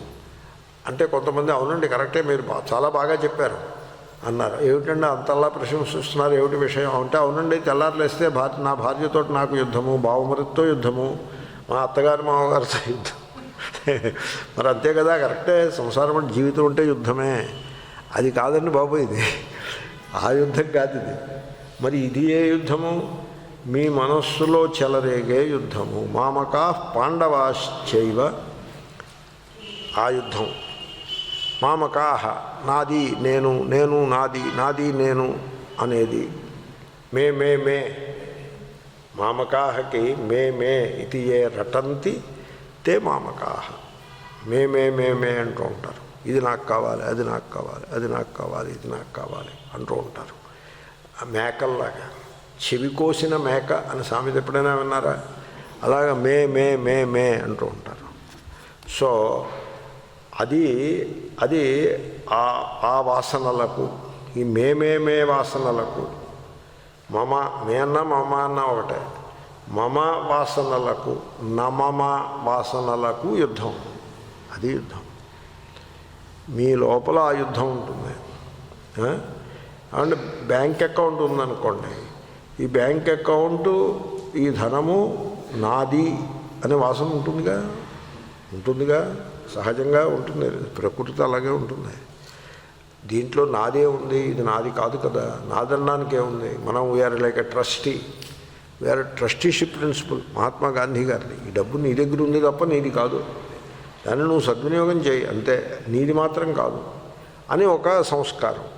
ఈ వాసనకి, నాది అనే వాసనకి దీంట్లో నాదన్నది ఏదీ లేదు అనే సంస్కారానికి మధ్యలో చిన్న యుద్ధం ఉందంటారా లేదంటారా? ఒకప్పుడు చిన్న యుద్ధం ఉంటుంది, ఒకప్పుడు పెద్ద యుద్ధమే ఉంటుంది. వివేకం బలంగా ఉంటే చిన్న యుద్ధం ఉంటుంది, మీరు నెగ్గుతారు. వివేకం బలహీనంగా ఉంటే, అసలే లేకుంటే ఆ యుద్ధంలో మీరు ఓడిపోతారు. ఆ నాది అనేదే మిగిలి ఉంటుంది. అది యుద్ధం ఇక్కడ మాట్లాడుతుంది. అలా అర్థం చేసుకోవాలి. కాంటెక్స్ట్ వెర్సెస్ను కూడా ఆ విధంగా అర్థం చేసుకోవాలి. అంతేగాని కత్తులు కటార్లు పట్టుకుని బయలుదేరండి అనే సెన్స్లో తీసుకోకూడదు. శ్రీకృష్ణుడు ఏమంటున్నాడంటే, నీలో ఉండే బలహీనతలను నీవు లొంగిపోవద్దు. నీలో ఉండే బలహీనతలను నీవు ఎదుర్కో, ధైర్యంతో ఎదుర్కో.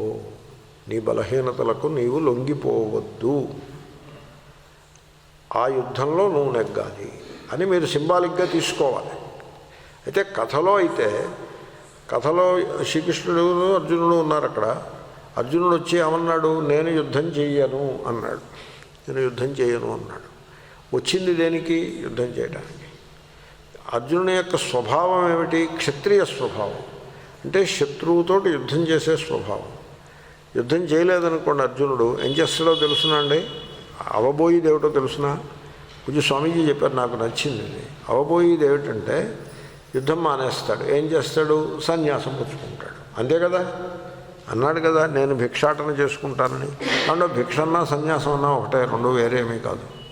సన్యాసానికి హృషికేశ్ దగ్గరే, కురుక్షేత్రానికి హృషికేశ్ అంత మరీ దూరం కాదు, దగ్గరే. ఇక్కడికి దూరం, అక్కడికి దగ్గరే. ఓ రోజు 2 రోజులు కష్టపడితే ఆ రథం మీద పడిపోతే వెళ్ళొచ్చు. ఋషికేశ్ వెళ్ళి సన్యాసం తీసుకుంటాడు. తీసుకుని ఓ చెట్టు కింద కూర్చుని ఏదో ఓం నమః శివాయ జపం చేసుకుంటాడు. జపం చేసుకుంటుంటే ఆ హృషికేశ్ చూడడానికి వస్తారు టూరిస్టులు. వాడు వీడు అర్జునుడు కదరా అని గుర్తుపడతారు. వీడు గుండు గీయించుకున్నా కూడా గుర్తుపడతారు. అవును, వీడు యుద్ధరంగంలో ఉండాల్సిన వాడు ఇక్కడ చెట్టు కింద జపం చేస్తున్నాడు ఏమిటి అంటాడు. అంటే అర్జునుడికి ఇంత పొడు కోపం వస్తుంది. నన్ను అంత మాట అంటావా? నేను యుద్ధరంగంలో చేతగాక ఇక్కడికి వచ్చాను అనుకుంటున్నావా? నేను త్యాగంతో ఇక్కడికి వచ్చాను తప్ప యుద్ధరంగంలో చేతగాక రాలేదు, ఏమిటనుకుంటున్నావో నువ్వు అని కోప్పడతాడు. అంటే ఇప్పుడు ఇంతకీ యుద్ధం చేసి మళ్ళీ ఏది వదిలిపెట్టేశాడో దాన్ని పట్టుకున్నట్టే కదా. ఒక ఆయన నా మీద కోప్పడ్డాడు. ఏమని కోప్పడ్డాడు? నేనేమీ అనలేదు. ఆయన ఎవరిలో అన్నదాన్ని నా మీద కోప్పడ్డా అని నేను I explain it to myself. నా మీద కోప్పడ్డాడు. ఏమని కోప్పడ్డాడో తెలుసిన? Don't think because I could not get job outside I'm in the ashram. Don't think like that. And no, I'm not thinking like that. I'm not thinking like that. No, if anybody thinks like that, he is mistaken. I was having a job. I left it and I came for this. And today also, I can get out from the ashram and get a job there. What are you thinking? No, I am not thinking anything. అంటే ఏమైనట్టు? ఆ యుద్ధం చేసి లక్షణాన్ని అట్టెపెట్టుకున్నట్ట విడిచిపెట్టినట్ట? అంతకంటే నాకేమనిపించిందంటే, ఆ మహాశయుడు ఈ ఆశ్రమాలు, ఈ గోళ, ఈ సన్యాసులు దీన్ని విడిచిపెట్టి వెనక్కి వెళ్ళిపోయి ఇంకో 10 ఏళ్ళు ఉద్యోగం చేసి ఆ తర్వాత ఆశ్రమం గురించి ఆలోచిస్తే మంచిదని నాకు అనిపించింది. సరిగ్గా ఇక్కడ కాంటెక్స్ట్ అంతే. అర్జునుడు యుద్ధం చేసి స్వభావం కలిగి ఉండి దుర్యోధనుడిపై పీకెల దాకా ద్వేషభావము, కోపము కలిగి ఉండి, అవునండి మరి కోపం ఉండదా? మరి వాడు దుర్యోధనుడు చేసిన పనులు మంచి పనులు చేశాడా? అదే లేదా, మంచి పనులు లేచి మరి కోపం ఎందుకు ఉండదు? ఉంటుంది. అదే సంగతి. That is the point. అంతటి అది లేనివాడు ధర్మరాజు గారికి ఆయన అజాతశత్రువు. యుద్ధం ఎందుకు మీకు అజాతశత్రువులని మీకు కొన్ని పేర్లు చెప్తా, మీరు గమనించండి. ధర్మరాజు అజాతశత్రువు. అంత యుద్ధం చేశాడు. యుద్ధం అయితే చేశాడు. యుద్ధం ధర్మం గనక యుద్ధం చేశాడు, కర్తవ్యం గనక. కానీ ఆయన శత్రువులు లేరు. ఆయనకి అజాతశత్రువు. దుర్యోధనుడు ఏ క్షణంలో వద్దంటే ఆ క్షణంలో ఆయన మానేసి, దుర్యోధనుడు ఎలా చెప్తే అలా వినడానికి సిద్ధం, ఏ క్షణమైనా సరే. ఆయన్ని యుద్ధంలో దించడానికి వీళ్ళందరూ కష్టపడాల్సి వచ్చింది. ఆయన అజాతశత్రువు. ఆయన ఇంకో అజాతశత్రువు పేరు చెప్పుకుంటారా మీకు? Abraham Lincoln. ఆయన కన్ఫెడరేట్స్ మీద పెద్ద సివిల్ వార్ నడిపించాడు ఆయన. ఆయనకి శత్రువులు లేరు, కానీ యుద్ధం చేయాల్సి వచ్చింది. దేశ రక్షణ నిమిత్తమై యుద్ధం చేయాల్సి వచ్చింది, అంచేత యుద్ధం చేశాడు ఆయన. ఆయనకి శత్రువులు లేరు. మన ప్రైమ్ మినిస్టర్ ప్రియతమ నాయకులు నరేంద్ర మోడీ గారు అజాతశత్రువు. ఆయనకి శత్రువులు లేరు. ఆయనకి దేశము పేదవాళ్ళు వాళ్ళ అభివృద్ధియే తప్ప శత్రువులు ఎవళ్ళు లేరు. అంచేతనే ఆయన్ని వీళ్ళు తిట్టినా ఆయనేం మాట్లాడడం మీరు గమనించారా? ఆయన ఒక రూల్ పాస్ చేశాడు, వ్యక్తిగతంగా నన్ను తిట్టిన తిట్లకి ఎవళ్ళు రిప్లైలు ఇవ్వద్దు, పాలసీ మ్యాటర్స్లో రిప్లైలు ఇవ్వండి. That is the law, that is the rule. That's why ఆయన్ని పర్సనల్గా మీరు అన్న వాళ్ళకి ఎవరికి రిప్లైలు ఉండవు. హీ డజంట్ రిప్లై, ఎందుకంటే it is not personal thing, it is. కాబట్టి అజాత శత్రువు, ఎవళ్ళు శత్రువులు ఉండరు, వ్యతిరేకించే వాళ్ళు ఉంటారు. No enemies. You may disagree with me, but you are not my enemy. You are my friend. Not only friend, you are my ఆత్మ. కాబట్టి అప్పుడు యుద్ధరంగం నుంచి వెళ్ళిపోయినా పర్వాలేదు. ధర్మరాజు వెళ్ళిపోతే పేచీ లేదండి. అర్జునుడు ఎలా వెళ్తాడండి? అర్జునుడు యుద్ధం చేయాలి, తన కర్తవ్యాన్ని పూర్తి చేయాలి. ఎందుకంటే రాజసం ఉన్నవాడు యుద్ధరంగ, ఇప్పుడు సంసారంలో ఈ రోజుల్లో దీన్ని ఎస్కేపిజం అంటారు. ఎస్కేపిజం అంటారు, మీరు విన్నారో లేదో. సన్యాసం పుచ్చేసుకోవాలి. దేనికోసం సన్యాసం? దేనికోసం పుచ్చేసుకోవడం? ఎన్లైటన్మెంట్. దానికోసం సన్యాసం పుచ్చేసుకోవాలి. ఓకే, సన్యాసం పుచ్చుకుంటే ఎన్లైటన్మెంట్ వచ్చేస్తుంది. మీరు గమనిస్తున్నారా? సన్యాసం పుచ్చుకుంటే ఎన్లైటన్మెంట్ వచ్చేస్తుంది. సన్యాసం పుచ్చుకున్న వాళ్ళని నేను తప్పు పట్టట్లేదండో. నేను ఏమంటున్నానంటే సన్యాసం పుచ్చుకుంటే ఎన్లైటన్మెంట్ వస్తుంది. సన్యాసం పుచ్చుకోకపోతే ఏమిటి? ఈ సంసారము, భార్య, పిల్లలు, డబ్బు, దశకం, ఈ సుఖాలు కష్టాలు ఇవి ఉంటాయి. పుచ్చుకుంటే ఎన్లైటన్మెంట్ వస్తుంది. దీని పేరు నాట్ ఎన్లైటన్మెంట్. దాని పేరు ఎన్లైటన్మెంట్ కాదు. మరి దాని పేరు ఏమిటి? ఎస్కేప్. రెండు ఈతోటే మొదలవుతాయి. It is escape, not enlightenment.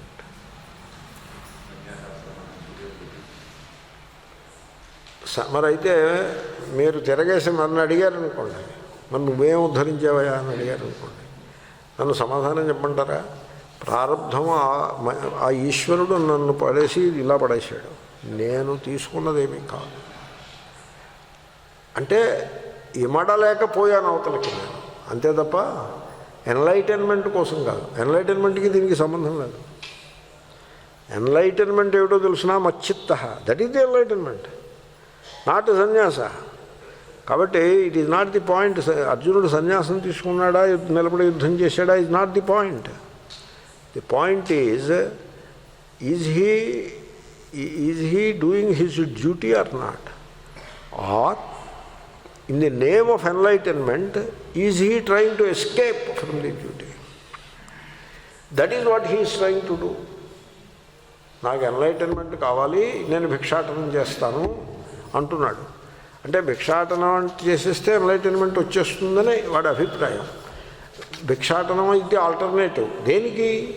యుద్ధానికి. యుద్ధం ఏమిటి? డ్యూటీ. నిలబడి యుద్ధం చేయటం డ్యూటీ. దానికి ఆల్టర్నేటివ్ ఏమిటి? సన్యాసం తీసుకుని భిక్షాటన చేయాలి. సో డ్యూటీ విడిచిపెట్టి డ్యూటీ నుంచి ఎస్కేప్ అవ్వడం కోసం సన్యాసం పట్టుకుంటే అది ఎన్లైటన్మెంట్ కాదు.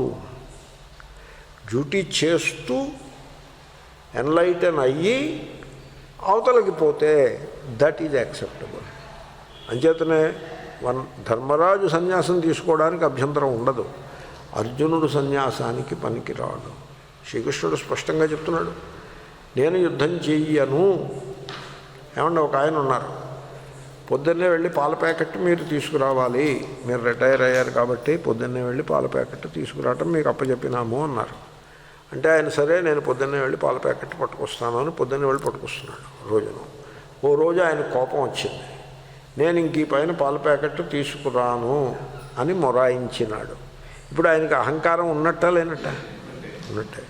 తీసుకొస్తాను అన్నప్పుడు ఉంది, తీసుకురానన్నప్పుడు ఉంది. దీంట్లో ఎక్కువ ఎప్పుడుంది? తీసుకురానన్నప్పుడే ఎక్కువ ఉన్నాయి.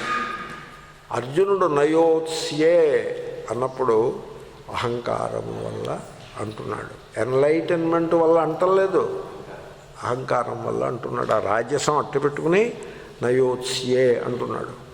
అలాగే చదువుకుని సాధన చేసుకోవలసిన దశని విడిచిపెట్టి నేను సన్యాసం పుచ్చుకుని ఆచార్యుడిని అయిపోతాను అంటే వచ్చేది ఎన్లైటన్మెంట్ కాదు, ఎస్కేపు.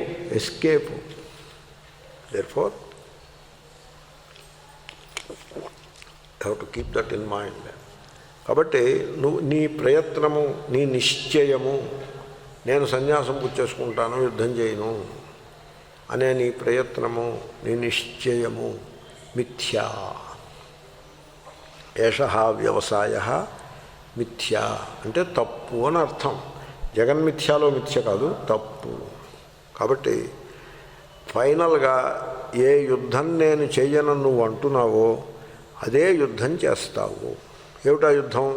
సన్యాసం పుచ్చుకుని ఆశ్రమానికి వెళ్ళి ఇతర సన్యాసులతో దెబ్బలాడడం, అక్కడ ఉండే బ్రహ్మచారులతో దెబ్బలాడడం, అక్కడ ఆశ్రమంలో ఆఫీసులో క్లర్కులు వాళ్ళు ఉంటారు, వాళ్ళు రూములు అలాట్ చేసినప్పుడు వాళ్ళతో దానికోసం దెబ్బలాడడం, ఎవడో మంచి కుండ బదులు కొట్టినట్టుగా పాఠం చెప్తూ ఉంటాడు, వాడితో దెబ్బలాడడం, ఏదో మొత్తానికి వీడు యుద్ధం చేస్తూనే ఉంటాడు. అంటే వీడు ఈ యుద్ధాలన్నీ చేయడం కంటే, ఆశ్రమానికి వచ్చి ఈ యుద్ధాలన్నీ చేయడం కంటే సంసారంలో ఉండి జీవిత యుద్ధంలో ఇంకో కొంచెం ప్రాక్టీస్ చేస్తే మంచిది అని కదా అర్జునుడికి అదే సలహా.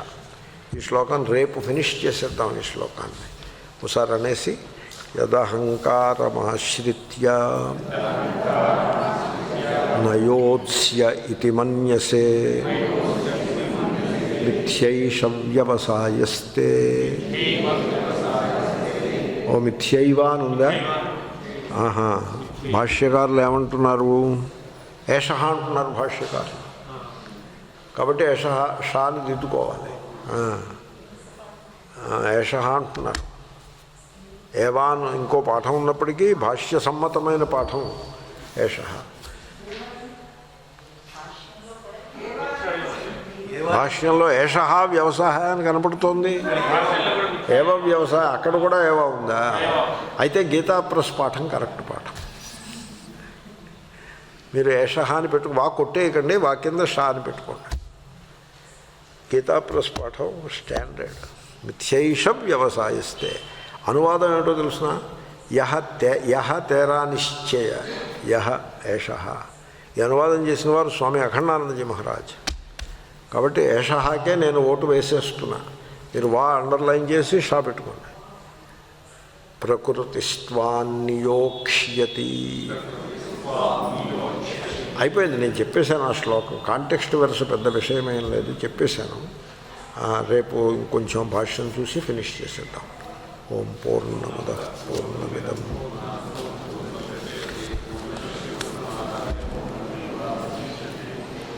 శాంతి శాంతి శాంతి. ఓం త్ర్యంబకం యజామహే సుగంధిం పుష్టివర్ధనం.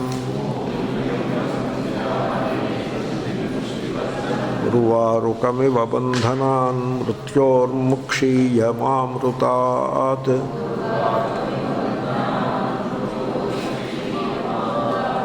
ఓం త్ర్యంబకం యజామహే సుగంధిం పుష్టివర్ధనం. ఉర్వారుకమివ బంధనాన్ మృత్యోర్ముక్షీయమామృతాత్.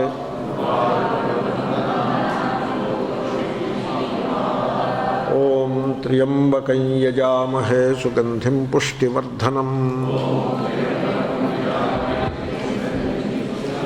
ఉర్వారుకమివ బంధనాన్ మృత్యోర్ముక్షీయమామృతాత్.